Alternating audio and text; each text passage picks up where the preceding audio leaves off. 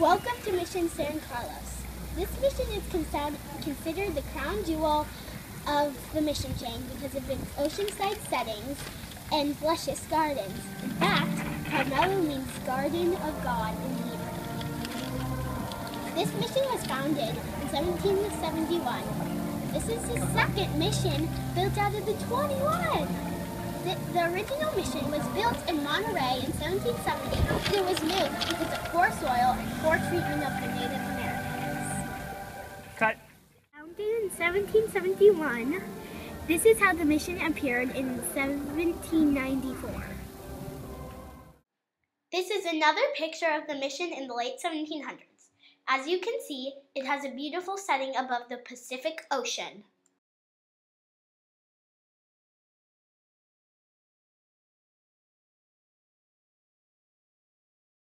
In 1834, the mission started an unfortunate decline.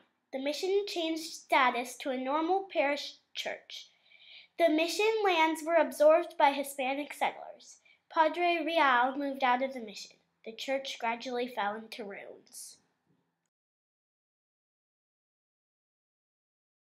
While the mission was abandoned, squirrels and birds lived in the mission's walls.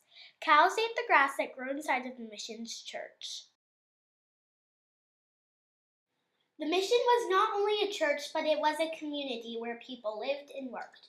Let's take a look at the inside of it.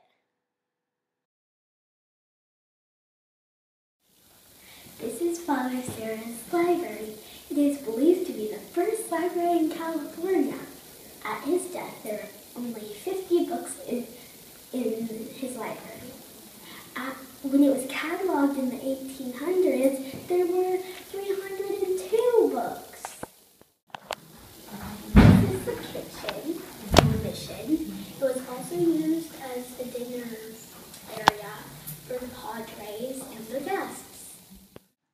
Originally, one of the primary sources of food was bear meat, but the missions began to raise their own cattle.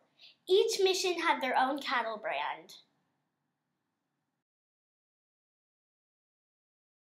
In addition to sheep and cattle, the mission produced corn, wheat, and barley. Keep in mind they had lots of mouths to feed. At its peak in 1795, there were 876 people living at the mission. This is the formal reception room for the mission. This is a typical Padres bedroom. They took a vow of poverty, so this room only has the basic necessities. This is Father Sarah's bedroom, and it looks a little bit like a cell. He also took a vow of poverty, so he only could have the basic necessities. He died just before 2 p.m. on a Saturday on the 28th of August in 1784.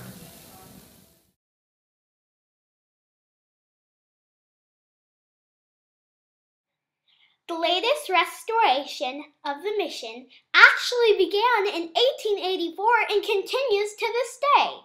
Let's go into the church and take a look.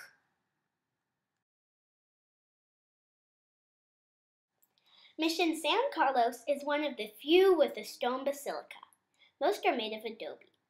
Pope John XIII designated the mission church a basilica in 1961. This is a special status that means it has artistic and historical importance. There is one main altar in the basilica today. At one point, there were 7 throughout the church.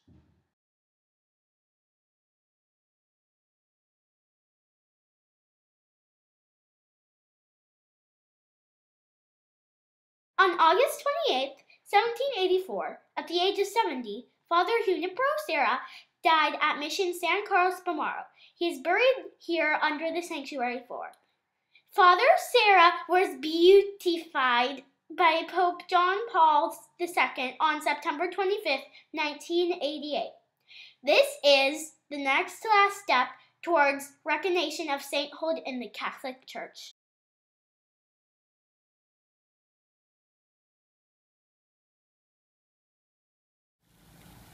This is the main courtyard. It had many uses. Here are a few of the uses: agriculture, farming, and using it to keep their animals in. It also had many gardens in it. It was a very pretty sight.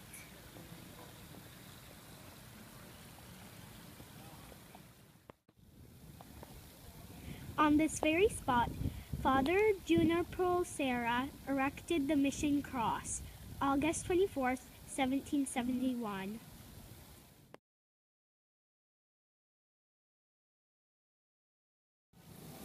This is a tribute to Father Serra, who is buried at the Missions Church at the base of the altar.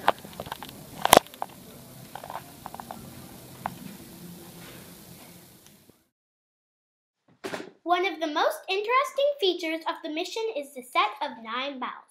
It seems that during the beginnings of the mission restoration in the early 1920s, is that only one of the original bells was left in its tower. Father Metres found 2 of the missing original Carmel bells in Watsonville, where they had laid for 63 years. Another bell, cast in 1690, was given to Carmel in recent times. Exact date unrecorded. Another Carmel bell with Spanish markings bears the date 1805. 2 other bells in the tower came from Russia, dates unrecorded. No one seems to have a definite answer for why there are 9 bells. A hypothesis is that the number of bells was chosen to honor Father Junipero Serra, who founded the first 9 missions. Just take a look at this beautiful garden, one of the many gardens at San Carlos Mission.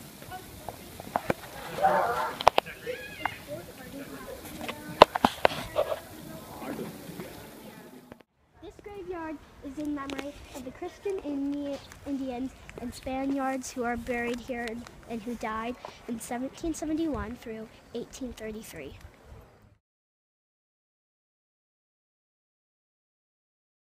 This is a map of the layout of the mission as it is used today.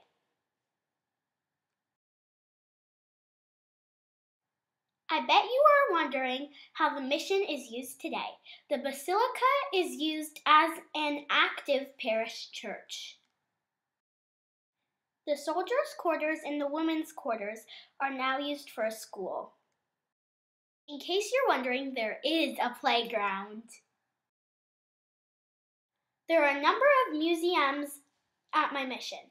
Number 1, Moore Gallery. That houses a memorial to Father Serra. The Downey Museum, built in 1980 to commemorate Sir Harry Downey, who restored the mission. This is the Munros Family Heritage Museum, which houses the 5 generations of keepsakes of one prominent Monterey family. The old convento wing of the Carmel Mission houses the museum dedicated to Father Serra's life and includes the kitchen and library I have already shown you. The main courtyard houses the Serra Memorial, the larger of the 2 fountains, and had a farmer's market the day we were there. The front courtyard has the smaller of the 2 fountains and is the first space you walk into when you leave the Visitors Center. Okay, let's review some mission facts. Father Serra founded the Carmel Mission, Mission San Carlos Primero de Rio Carmelo, in 1771, the second of 9 missions he established in Alta California. A National Historic Landmark, the mission is the repository of generations of culture, tradition, and history. It served as the headquarters for the California mission system, ultimately numbering 21 missions and forming the foundation for what has become the state of California. Father Serra is buried beneath the main altar of the church to your right. In January of 2015, Pope Francis announced his intention to make Father Serra a saint. I hope you enjoyed the tour of Carmel Mission like I did, and you thought it was as beautiful and interesting as I did. Thank you!